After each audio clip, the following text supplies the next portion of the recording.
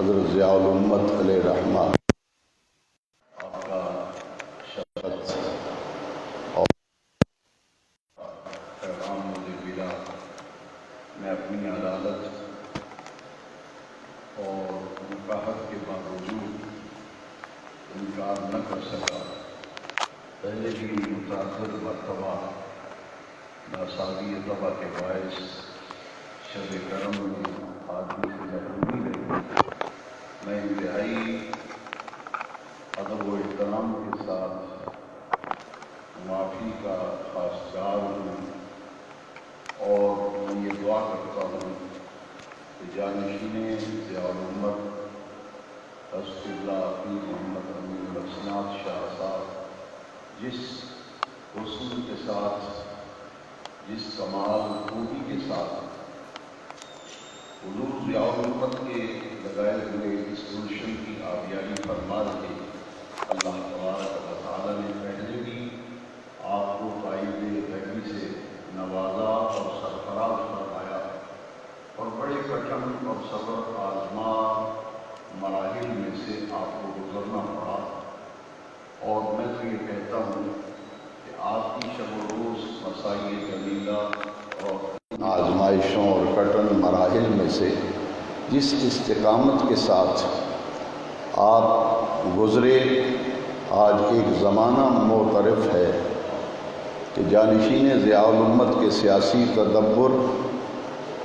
معاملہ فہمی اور آنے والے حالات پر جس طرح آپ گہری نظر رکھتے ہیں، وہ ہمارے لیے سرمایہ افتخار ہے۔ میں خراج عقیدت پیش کیے بغیر رہ نہیں سکتا۔ میں تو یہ کہا کرتا ہوں کہ حضور جانشین ضیاء الامت اس دور میں آپ کو جن مسائل کا سامنا رہا، جن حالات کا سامنا رہا، تو مجھے اعلیٰ حضرت امام احمد رضا علیہ رحمہ کا یہ شعر یاد آ جاتا ہے، ایک طرف آدائے دین، ایک طرف حاسدی، ایک طرف آدائے دین، ایک طرف حاسدی، بندہ ہے تنہا شاہ تم پہ کروڑوں درود۔ میرا یہ یقین کامل ہے، میں پورے صمیم قلب سے یہ عرض کرنا چاہ رہا ہوں، میں پورے وثوق سے کہتا ہوں، علی وجہ البصیرت کہتا ہوں کہ گنبد خضرا کے مکین حضور سرور عالم صلی اللہ علیہ وسلم کی نگاہ لطف و کرم آج بھی اس آستان عالیہ پر اور اس مادر علمی پر میرے آقا کا کرم، میرے آقا کی فیض باریاں آج بھی اسی طرح جاری و ساری ہیں۔ ہم دعا گو ہیں کہ یہ گلشن اسی طرح پھلتا اور پھولتا رہے۔ حاضرین محترم، مجھے شدت سے احساس ہے کہ جانشین حضور ضیاء الامت کی مصروفیات اور آپ کا یہاں انجمن طلباء اسلام کے پلیٹ فارم پر منعقد ہونے والے ضیاء الامت سیمینار میں اتنی دیر تشریف رکھنا، میں بیٹھے ہوئے یہ سوچ رہا تھا کہ حضور ضیاء الامت کی وہ شفقتیں یاد آ گئی جو آپ انجمن طلباء اسلام پر فرمایا کرتے تھے۔ میں نے 2-3 باتیں عرض کرنا تھی، مگر دوستوں نے توجہ دلائی کہ آپ طویل عرصہ تک حضور ضیاء الامت علیہ رحمت و رضوان انجمن طلباء اسلام کے پلیٹ فارم پر جو کانفرنسیں ہوتی تھی، جو اجتماعات ہوتے تھے، جو تربیتی نشستیں ہوتی تھی، ان کے کچھ یادگار واقعات اگر آپ کے ذہن میں محفوظ ہیں تو آپ اسی کا تذکرہ کریں۔ میں یہ عرض کرنا چاہوں گا، اگرچہ میری گھٹی میں اس آستانہ عالیہ کی محبت اور عقیدت جلوہ فرما ہے، مگر میں پورے یقین سے کہتا ہوں، پورے اعتماد سے کہتا ہوں کہ میں یہ بات محض اس عقیدت کی بنیاد پہ نہیں کہہ رہا، بلکہ حقیقت کی بنیاد پر کہہ رہا ہوں۔ حضور ضیاء الامت ایک ایسی شخصیت تھے جنہوں نے تاریخ کے دھارے کو موڑ دیا، اور آپ دیکھیں کہ آپ کا یہ جو پودا لگایا ہوا دارالعلوم محمدیہ غوثیہ کی صورت میں ایک گلشن آپ نے آباد کیا تھا، میں یہ سمجھتا ہوں کہ یہ تحریک تقدیس رسالت کا وہ ایک عظیم مرکز ہے جہاں سے وہ علماء تیار ہو کے نکلے، ایسی کھیپ آپ نے تیار کی، بلکہ میں یہ کہوں تو بے جانا ہوگا پوری ایک نسل حضور ضیاء الامت اس اسلام کی نشت ثانیہ کے لیے اور وحدت ملی کے لیے، غلبہ دین حق کے لیے حضور ضیاء الامت نے جو علماء تیار کیے وہ صرف مساجد اور مدارس میں نہیں بلکہ مختلف اداروں کے اندر یہاں کے فضلاء جس جانفشانی کے ساتھ اور جس طرح فعال اور متحرک ہو کر کردار ادا کر رہے ہیں، ان سے معلوم ہوتا ہے کہ حضور ضیاء الامت کی نظر ایک صدی، آنے والی صدی پر تھی، اور آپ نے وہ کام کر کے دکھایا جس کے لیے لوگ ڈھونڈا کرتے تھے کہ اس میدان کے اندر کس مدرسے کے فاضل کو لایا جائے، تو ڈھونڈے سے بھی لوگ نہیں ملتے تھے۔ آج اس خلا کو اگر پر کیا ہے تو دارالعلوم محمدیہ غوثیہ نے پر کیا ہے۔ آپ دیکھیں کون سا ایسا ادارہ ہے، یہاں کے فضلاء جو ہیں عدلیہ میں آپ دیکھیں اور دیگر تعلیمی اداروں میں دیکھ لیں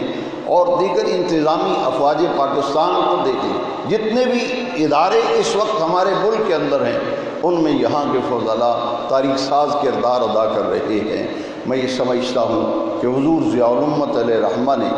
کسی ایک میدان میں کام نہیں کیا، آپ ہمہ جہت شخصیت کے حامل تھے، جامع الصفات تھے۔ آپ کی اگر تصنیف و تعریف کے میدان میں آپ نے قدم رکھا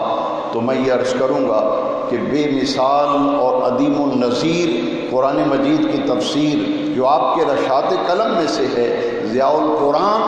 اس وقت تمام کتب خانوں، تمام لائبریریوں کی وہ زینت ہے، اور آج دنیا کے نامور محقق، ریسرچ اسکالر اگر ان کے دارالمطالعہ کے اندر جائیں جہاں وہ تحقیقی اور تصنیفی کام کرتے ہیں، آپ کو وہاں تفسیر ضیاء القرآن شریف وہاں پڑھی ہوئی نظر آئے گی۔ سیرت کے میدان میں دیکھیں تو آپ ایک ایسا کام کر گئے جو پچھلی پوری 2-3 صدیوں میں اگر غور کریں تو اردو زبان کے اندر جیسی جامع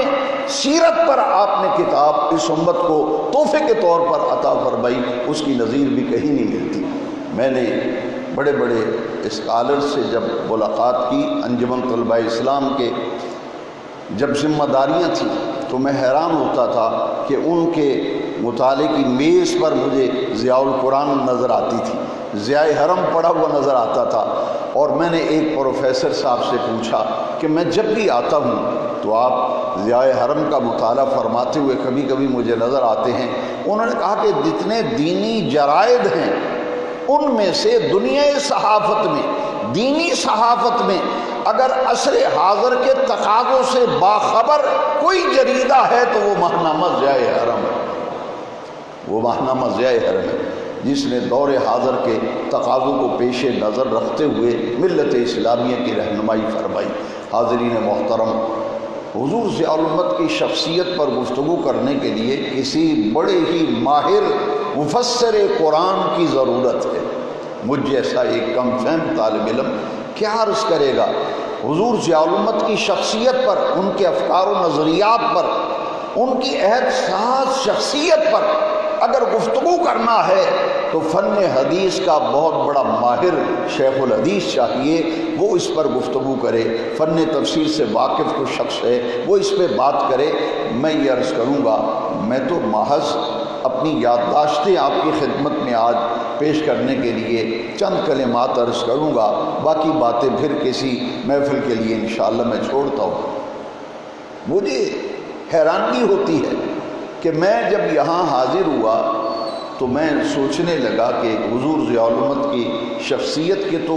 بے شمار پہلو ہیں، ہمہ جہت شخصیت تھی، جامع الصفات تھے، ہمہ گیر شخصیت کے حامل تھے، ان کی شخصیت کے کس پہلو پر بات کی جائے تو مجھے یہ نظر آیا آپ کا جو انداز تربیت تھا حضور ضیاء الامت رحمۃ اللہ تعالی علیہ کا، میں اس پر چند اپنی یادداشتیں پیش کرتا ہوں۔ پنجاب پبلک لائبریری لاہور میں ایک علمی نشست تھی جس میں حضور ضیاء الامت کی صدارت تھی اور آخری خطاب آپ نے ہی فرمایا۔ آپ کے خطاب سے قبل ایک نامی گرامی پروفیسر جو ہیں وہ جب تقریر کرنے لگے تو تو انہوں نے تقریر کا آغاز ماحول کو دیکھ کر درود شریف پڑھ کے کیا اور کہا الصلاۃ والسلام علیک یا رحمت للعالمین۔ تو حضور ضیاء الامت مسکرانے لگے۔ جب یہ تقریب اختتام پذیر ہوئی تو ساتھ ہی کمرے میں چائے کے لیے جب لے جایا گیا تو یہ میں چشمدید گواہ ہوں، حضور ضیاء الامت مسکرائے، فرمایا آپ جیسا پڑھا لکھا شخص وہ اگر یا رحمت للعالمین کہہ رہا ہے تو میں بھی سوچنے پہ مجبور ہوں کہ آپ کے بارے میں تو دنیا یہ گمان کرتی ہے آپ صاحب علم و فضل ہیں، مگر پروننسیشن اور تلفظ جو ہے اس کا آپ اعتبار ہی نہیں رکھ رہے گفتگو کرتے وقت، اور آپ نے اپنی تقریر کے دوران کچھ ایسی اعرابی غلطیاں کی ہیں جس سے یہ معلوم ہوتا ہے کہ آپ صرف نحو سے ناآشنا ہیں، جبکہ آپ کا دعویٰ یہ ہے کہ میں تو درسیات کا فاضل ہوں، میں فلاں مدرسے میں پڑھا، فلاں مدرسے میں پڑھا۔ فرمایا یہ تو علم نحو کا جو مبتدی ہے وہ بھی جانتا ہے کہ منادہ مضاف ہو تو وہ منصوب ہوتا ہے۔ فرمایا آپ کو اس بات کا علم نہیں، تو آپ ایسا کیجئے یا رحمت للعالمین پڑھا کیجئے۔ تو وہ بڑے شرمندہ ہوئے اور فوراً کاغذ قلم اٹھایا اور انہوں نے اسے لکھ لیا۔ فرمایا حضور کوئی اور نشاندہی فرمائیے۔ آپ نے فرمایا آپ نے تقریر میں کہا ہے حضرات محترم، تو کم از کم جب آپ گفتگو فرماتے ہیں تو آپ کے بارے میں تو لوگوں کا یہ گمان ہے کہ آپ بڑی پڑھی لکھی شخصیت ہیں، تو آپ اس بات کی طرف توجہ دیں اور یہ جو کمزوریاں علمی ہیں انہیں آپ دور فرمائیے۔ وہاں سے جب لکھ لے تو میں حیران ہوا کہ حضور ضیاء الامت رحمۃ اللہ تعالی علیہ مفتی محمد حسین نعیمی علیہ رحمہ جب آگے چل رہے تھے تو آپ نے فرمایا کہ مفتی صاحب ہمارے مدارس کے اندر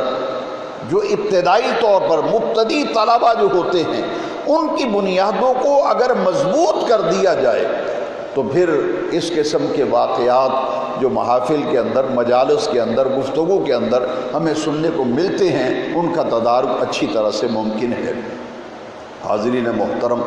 یہ تھا حضور ضیاء الامت کا انداز تربیت کہ غلطیوں پر فوراً آپ متنبہ فرماتے تھے، تنبیہ فرماتے تھے اور اصلاح فرمایا کرتے تھے۔ آپ کی شفقتوں کا کیا کہنا، روحانی شخصیت، علمی شخصیت، ان گنت پہلو، کس کس پر بات کی جائے۔ میں یہ عرض کروں گا کہ چونکہ انجمن طلبہ اسلام کے پلیٹ فارم سے یہ تقریب سعید منعقد ہو رہی ہے، انجمن طلبہ اسلام کالجوں،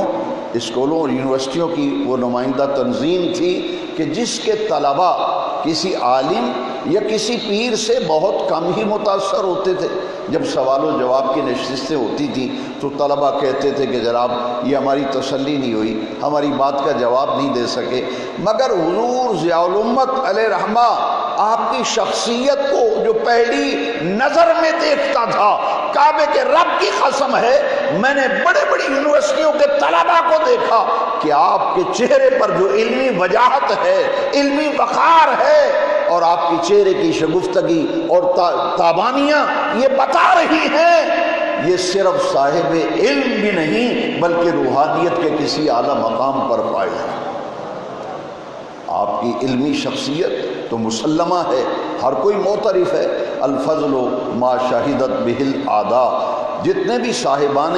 علم و فضل ہیں کسی مکتبہ فکر سے وہ تعلق رکھتے ہوں، وہ آج بھی حضور ضیاء الامت کے علمی مقام اور مرتبے کو سلام عقیدت پیش کرتے ہوئے نظر آتے ہیں۔ لیکن مجھے کہنے دیجئے کہ آپ کا تصوف، روحانیت، طریقت اور معرفت کی دنیا سے تعلق کے لوگ دعوے دار تو ہیں، مگر حضور ضیاء الامت کی شخصیت وہ ہے کہ یونیورسٹیوں اور کالجوں کی فضاؤں میں جب حضور ضیاء الامت کی گفتگو لوگ سنا کرتے تھے تو کہنے پہ مجبور ہو جایا کرتے تھے، نہ پوچھ ان خرقہ پوشوں کی ارادت ہو تو دیکھ ان کو ید بیضا لیے بیٹھے ہیں اپنی آستینوں۔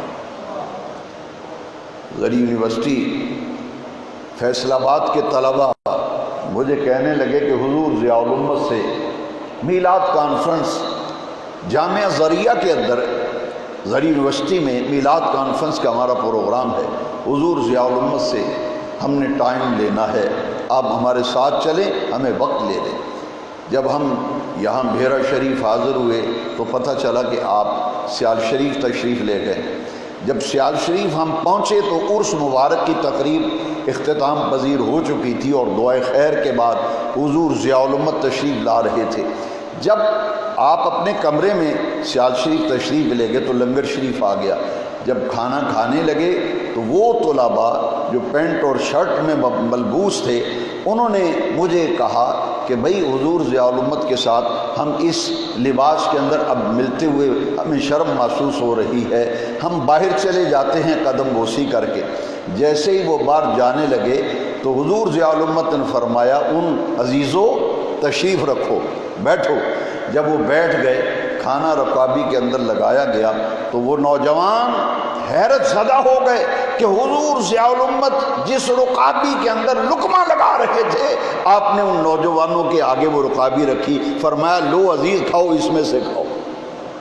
ان کی آنکھوں میں آنسو تھے، آنسو تیرنے لگے۔ انہوں نے کہا کہ ہم حضرت بلال رضی اللہ تعالیٰ عنہ کا واقعہ سیرت کی کتابوں میں پڑھا کرتے تھے کہ ایک وفد ملاقات کے لیے آیا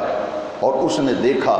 کہ حضرت سیدنا بلال رضی اللہ تعالیٰ عنہ اسی رکابی میں لقمہ لگا رہے ہیں جہاں آمنہ کے لال کھانا تناول فرما رہے ہیں۔ ایسی شفقت، ایسی عنایت، وہ آپ دیدہ تھے۔ باہر نکلتے ہوئے مجھے کہنے لگے کہ باقی باتیں بعد میں ہیں، مجھے حضور ضیاء الامت سے بیعت کرا دیجئے، حضور ضیاء الامت سے بیعت کرا دیجئے۔ حاضرین محترم، حضور ضیاء الامت علیہ رحمہ کی جو شفقت، جو عنایت ان طلباء پہ تھی، اس کا اظہار دیکھیے ذرا۔ میرپور کے اندر انجمن طلباء اسلام کی کانفرنس تھی گورنمنٹ ڈگری کالج میرپور میں، تو حضور ضیاء الامت کو دعوت دی گئی، آپ تشریف لے گئے، اور جب تشریف لے گئے تو طلباء نے کہا کہ حضرت گاڑی پہ تشریف لائیں تو گاڑی کے پیٹرول کے لیے کچھ نذرانہ پیش کر دیا جائے۔ تو حضور ضیاء الامت جب گاڑی میں بیٹھنے لگے تو ناظم آزاد کشمیر انجمن طلباء اسلام، اس وقت محمد اشفاق جنجوعہ صاحب ناظم ہوا کرتے تھے، انہوں نے جب لفافہ پیش کیا تو حضور ضیاء الامت نے پوچھا کہ یہ کس چیز کا آپ لفافہ دے رہے ہیں، اس میں کیا ہے؟ کہ حضور یہ آپ کی گاڑی کے لیے پیٹرول کا خرچہ ہے، یہ ہم نذرانہ پیش کر رہے ہیں، گاڑی میں پیٹرول ڈلوا لیجیے۔ آپ مسکرائے، لفافہ ان کے ہاتھوں میں تھماتے ہوئے ارشاد فرمایا جس رب نے آتی دفعہ پیٹرول کے پیسے دیے ہیں وہ جاتی دفعہ بھی دے دے گا۔ وہ طلباء حیران و ششدر رہ گئے۔ حاضرین محترم، ایسی شخصیت جس نے ہر ملنے والے پر گہرے اثرات مرتب کیے، اور دنیا دیکھتی ہے کہ انجمن طلباء اسلام پر عنایتیں تھیں، آتی ہے ایک ایسا پلیٹ فارم ہے جہاں سے عشق رسول کی نعمت و دولت تمہیں ملے گی۔ آؤ اپنے مستقبل کو گنبد خضرا کے مکی کے دامن سے وابستہ کر لو، حضور کے دامن رحمت سے وابستہ ہو جاؤ۔ دنیا اور آخرت کی کامیابی اسی کے اندر ہے۔ مری کے اندر تربیتی کیمپ ہوا، وہاں آپ سے عرض کیا گیا کہ انسان کے مقصد حیات پر آپ گفتگو فرمائیں، تو حضور ضیاء الامت نے اس آیت کریمہ کی تلاوت فرمائی، کن ان صلاتی و نسکی و محیای و مماتی للہ رب العالمین۔ خدا کی عزت کی قسم، جب حضور ضیاء الامت نے فرمایا کہ میرا جینا اللہ کے لیے، میرا مرنا اللہ کے لیے، یہ ہے مومن کی زندگی کا مقصد کہ اپنے رب کریم کی رضا کے لیے اپنی صلاحیتیں دین کے لیے وقف کر دو، اپنے رب کریم کی رضا کے لیے، پیارے مصطفیٰ کریم کے خوشنودی کے لیے اپنی صلاحیتیں دین کے لیے وقف کر دو۔ یہی مقصد حیات ہے، اسے اپنی زندگی کا مقصد بنا لیں۔ فرمایا جہاں آپ مطالعہ کرتے ہیں، پڑھتے ہیں، وہاں یہ آیت کریمہ لکھ کے لگا لیں، اوپر لکھ کے لکھ دیں کہ یہ میری زندگی کا نصب العین ہے، یہ آیت کریمہ میری زندگی کا نصب العین ہے۔ کل ان صلاتی و نسکی و محیای و مماتی للہ رب العالمین۔ حضرات محترم، حضور ضیاء الامت رحمت اللہ تعالی علیہ عرس شریف میں جو تربیت فرماتے، یونیورسٹی کے طلباء آج بڑے بڑے عہدوں پہ فائز ہیں، وہ مجھے جب ملنے کے لیے آتے ہیں کہتے ہیں کہ تم نے ایک بہت بڑا کام کیا کہ مجھے حضور ضیاء الامت کی بارگاہ میں لے گئے۔ میں نے کہا مجھے کوئی آپ کی بات سنائیے۔ انہوں نے کہا کہ عرس شریف کے موقع پر حضور ضیاء الامت نے جو فجر کی نشست میں درس قرآن ارشاد فرمایا کرتے تھے، اسی روایت کو جانشین حضور ضیاء الامت برقرار رکھے ہوئے ہیں۔ اس نے کہا کہ آج تک میرے کانوں کے اندر حضور ضیاء الامت کے وہ دل نواز صدا آج بھی میرے کانوں کے اندر گونج رہی ہے۔ آپ نے بخاری شریف کی آخری حدیث شریف حضور ضیاء الامت اس پر دست دے رہے تھے، کلمتان خفیفتان علی اللسان ثقیلتان فی المیزان حبیبتان الی الرحمن۔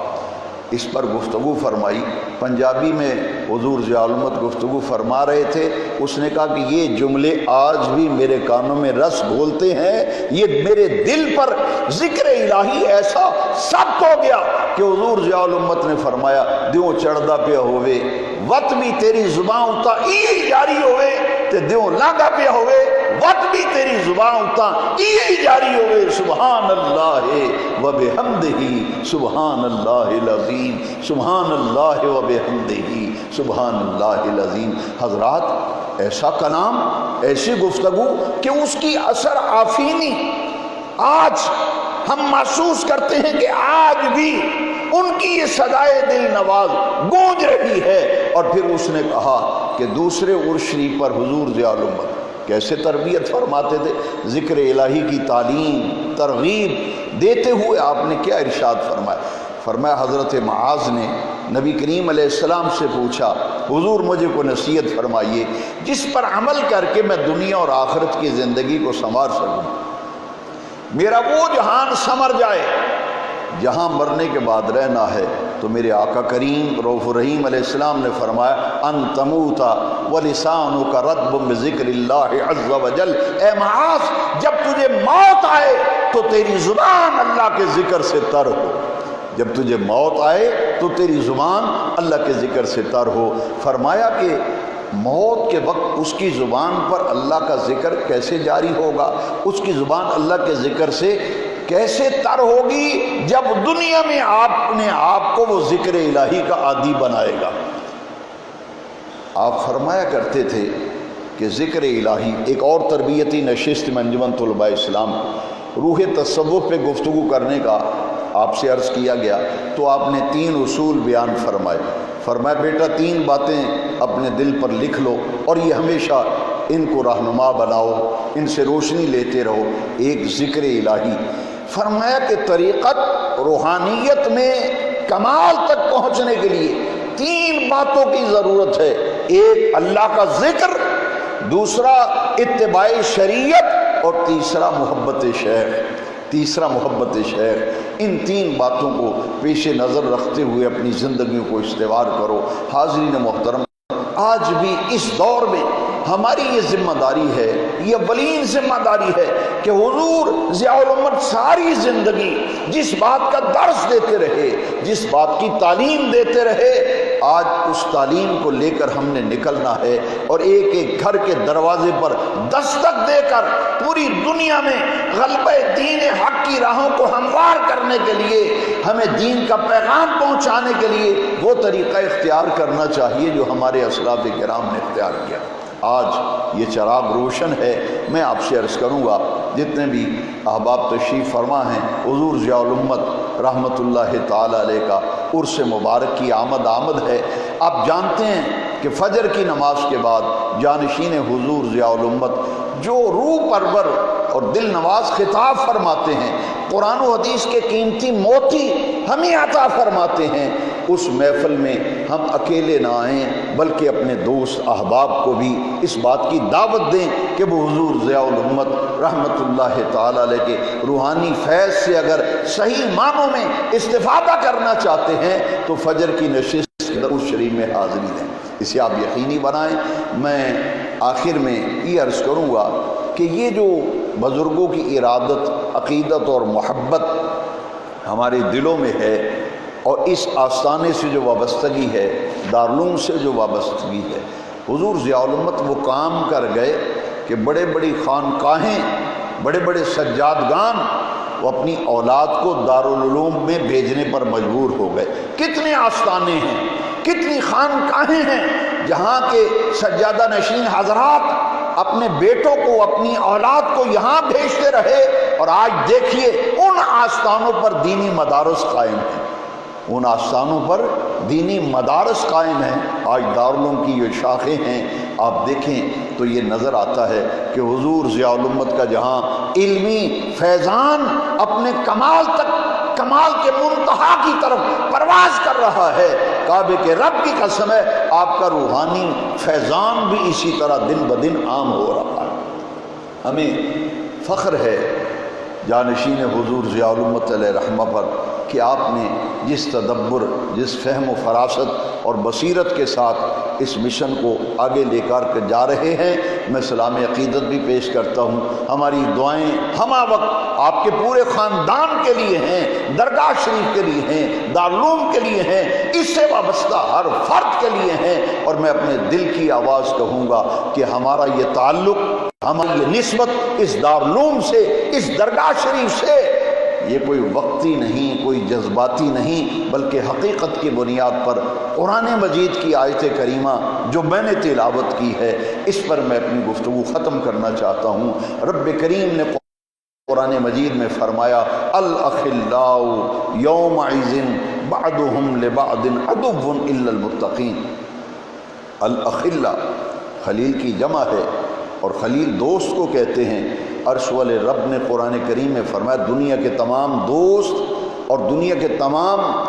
یار اور سجن، بیلی اور متر قیامت کے دن ایک دوسرے کے دشمن بن جائیں گے، الا المتقین، جو اللہ والوں سے تعلق ہوگا یہ قیامت کے دن بھی برقرار رہے گا، یہ قیامت کے دن بھی برقرار رہے گا۔ میں آپ سے یہ عرض کروں گا کہ ہم نے جو شیخ کامل کے ہاتھوں میں ہاتھ دیا ہے، جو ہم نے بیعت کی ہے، ہم نے مرشد کامل کو ان کے ہاتھ میں بیعت کر کے اپنے آپ کو ان کی غلامی میں دے دیا ہے، ہماری یہ نسبت اس دنیا میں نفع بخش تو ہے ہی ہے، مگر کعبے کے رب کی قسم ہے آخرت کے اندر بھی اس نسبت کا فائدہ۔ الاخلاء یومئذ بعضهم لبعض عدو الا المتقین۔ یہ ابرار کون ہیں؟ یہ محسنین کون ہیں؟ جی قرآن مجید سے پوچھئے، یہ ابرار، یہ محسنین، یہ صدیقین، یہ اولیاء اللہ، جگہ جگہ ان کی عظمتوں کا ذکر ہے۔ کہیں فرمایا واتبع سبیل من اناب الی ان رحمت اللہ قریب من المحسنین۔ جب آپ عمرہ کرنے جاتے ہیں، حج کرنے جاتے ہیں، کعبے کا طواف کرتے ہوئے بیت اللہ کے سائے میں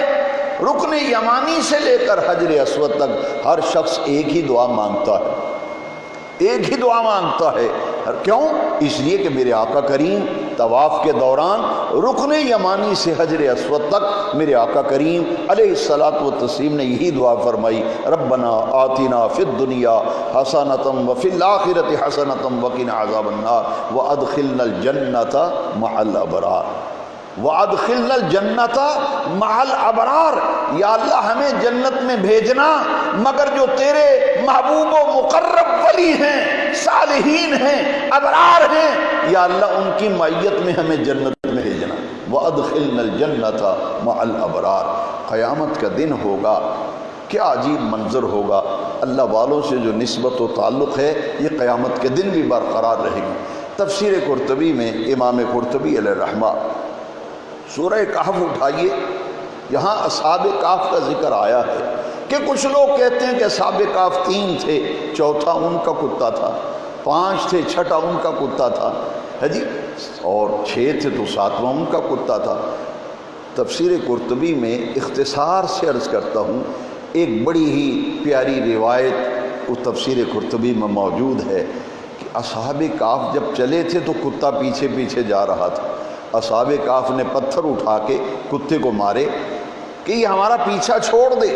کہ ہمیں تلاش کرنے کے لیے گورنمنٹ کے جو آدمی نکلے ہوئے ہیں حکمرانوں کے، تو وہ ہمیں پالیں گے، ہم تک پہنچ جائیں گے کتے کی آواز سن کر۔ پتھر مارے مگر کتا جو ہے ولیوں کی سنگت اور معیت نہیں چھوڑتا، ان کے ساتھ ساتھ رہتا ہے۔ جب بہت زیادہ پتھر لگے وہ پیچھے نہیں ہٹا، ساتھ ہی رہا، تنگ آ گیا نا وٹے اور روڑے کھا کھا کرے، اس نے کیا کیا؟ تفسیر قرطبی سے میں عرض کرتا ہوں، تفسیر قرطبی میں موجود ہے فقام القلب علی رجلیہ، کتا اپنی پچھلی ٹانگوں پہ کھڑا ہو گیا، فرفع یدیہ الی السماء کہیئۃ الداعی، پچھلی ٹانگوں پہ کتا کھڑا ہو گیا اور اپنی اگلی ٹانگوں کو یوں پھیلایا جیسے دعا کرنے والا اپنے ہاتھوں کو پھیلا کر اپنے رب کی بارگاہ میں دعا کرتا ہے۔ فقام القلب علی رجلیہ ورفع یدیہ الی السماء کہیئۃ الداعی، کتے نے ہاتھ اگلے اٹھائے، پاؤں اٹھا کر کے یوں دعا کی جیسے دعا کرنے والا دعا مانگتا ہے، اور کیا کہا؟ اس نے کہا یا اللہ اگر تو نے مجھے زبان دی ہے تو میری زبان میں قوت گویائی بھی عطا فرما۔ کتا جو ہے وہ بولنے لگا، کتے نے جب ہاتھ اٹھائی اور دعا کی یا اللہ مجھے زبان دی ہے، اس میں سے قوت گویائی بھی عطا فرما۔ فنطق، کتا بولنے لگا، اللہ نے اسے قوت گویائی دی۔ تفسیر قرطبی میں ہے کتا جب بولا تو اس نے کیا کہا؟ اس نے کہا لا تخافوا منی، لا تخافوا منی، اے اصحاب کہف مجھ سے ڈرو نا، آپ یہ گمان کرتے ہیں کہ میں آوازیں نکالوں گا، اور میری آوازیں نکالنا تمہیں تلاش کرنے والوں کو متاثر کریں گی، وہ تمہارے پیچھے آ جائیں گے۔ لا تخافوا منی انی احب من احب اللہ، انی احب من احب اللہ، جو اللہ سے محبت کرنے والے ہیں، اللہ سے پیار کرنے والے ہیں، میں ان سے محبت و پیار کرنے والا ہوں، میں ان سے پیار اور محبت کرنے والا ہوں۔ اور اس میں تفسیر قرطبی کی ترجمے میں صاحب یہ ترجمہ جو ہے وہ بڑی پیاری بات لکھتے ہیں کہ انی احب من احب اللہ، اے انی احب الاولیاء والصالحین، یا اللہ میں تیرے ولیوں سے، تیرے پیاروں سے محبت کرنے والا کتا ہوں۔ ہم اس بار ناز کرتے ہیں کہ ہماری نسبت بڑی اعلیٰ ہے، ہماری نسبت بڑی ہی عرفہ ہے، تیری نسبت نے سنوارا میرے انداز حیات، تیری نسبت نے سنوارا میرا انداز حیات، میں اگر تیرا نہ ہوتا سگے دنیا ہوتا۔ اللہ رب العزت آج کی اس محفل کے فیضان سے ہمارے قلب روشن کرے، ہمیں اپنے پیارے آقا کریم صلی اللہ علیہ وسلم کے عشق و محبت کی نعمت عطا ہو۔ حضور ضیاء الامت رحمۃ اللہ تعالیٰ علیہ کے آپ کے جانشین، آپ کے صاحبزادگان، پورا خاندان، اس کے لیے ہماری دعائیں ہیں رب کریم کی بارگاہ میں، اللہ سلامت رکھے، ان تمام احباب کو اللہ جزا دے۔ وما علینا الا البلاغ المبین۔